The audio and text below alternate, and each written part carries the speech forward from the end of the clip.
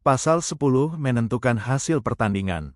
Gol yang dicetak. Gol dicetak ketika seluruh bola melewati garis gawang, di antara tiang gawang dan di bawah mistar gawang, asalkan tidak ada pelanggaran yang dilakukan oleh tim yang mencetak gol. Jika penjaga gawang melempar bola langsung ke gawang lawan, tendangan gawang diberikan. Jika wasit memberi sinyal gol sebelum bola melewati garis gawang, permainan dimulai kembali dengan draw ball. Tim pemenang. Tim yang mencetak jumlah gol terbanyak adalah pemenangnya. Jika kedua tim tidak mencetak gol atau jumlah gol yang sama, pertandingan akan imbang.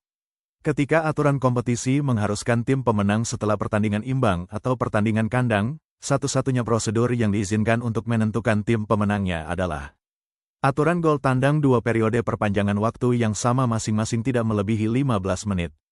Penalti, adu penalti. Kombinasi prosedur di atas dapat digunakan.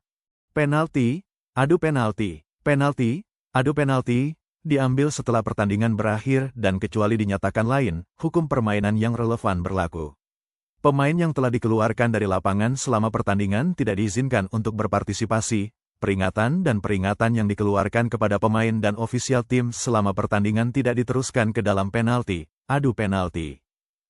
Prosedur sebelum adu penalti dimulai.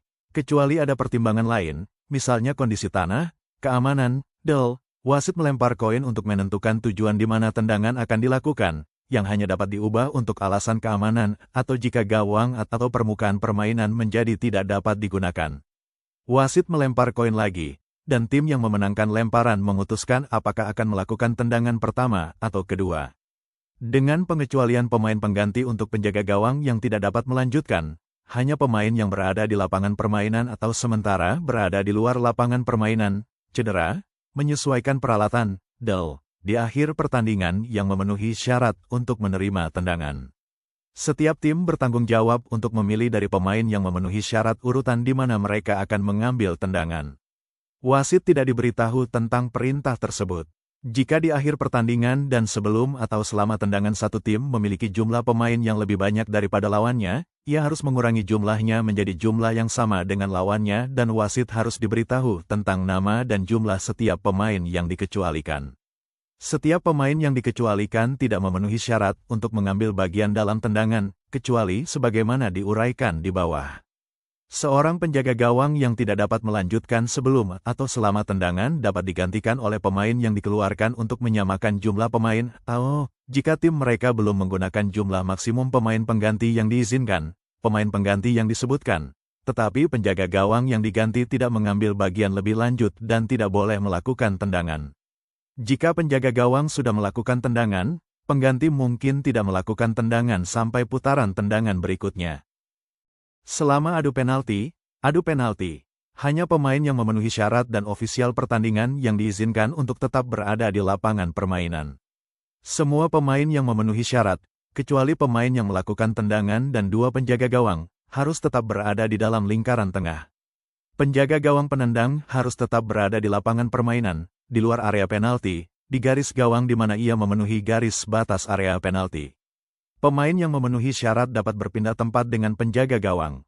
Tendangan selesai ketika bola berhenti bergerak, keluar dari permainan atau wasit menghentikan permainan untuk pelanggaran apapun, penendang tidak boleh memainkan bola untuk kedua kalinya. Wasit mencatat tendangan. Jika penjaga gawang melakukan pelanggaran dan, sebagai akibatnya, tendangan diambil kembali, penjaga gawang diperingatkan untuk pelanggaran pertama dan diperingatkan untuk pelanggaran berikutnya.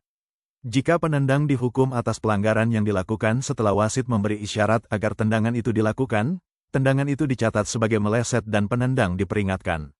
Jika penjaga gawang dan penendang melakukan pelanggaran pada saat yang sama, tendangan tersebut dicatat sebagai meleset dan penendang diperingatkan. Tunduk pada kondisi yang dijelaskan di bawah ini, kedua tim melakukan 5 tendangan. Tendangan diambil secara bergantian oleh tim. Setiap tendangan dilakukan oleh pemain yang berbeda, dan semua pemain yang memenuhi syarat harus melakukan tendangan sebelum pemain manapun dapat melakukan tendangan kedua.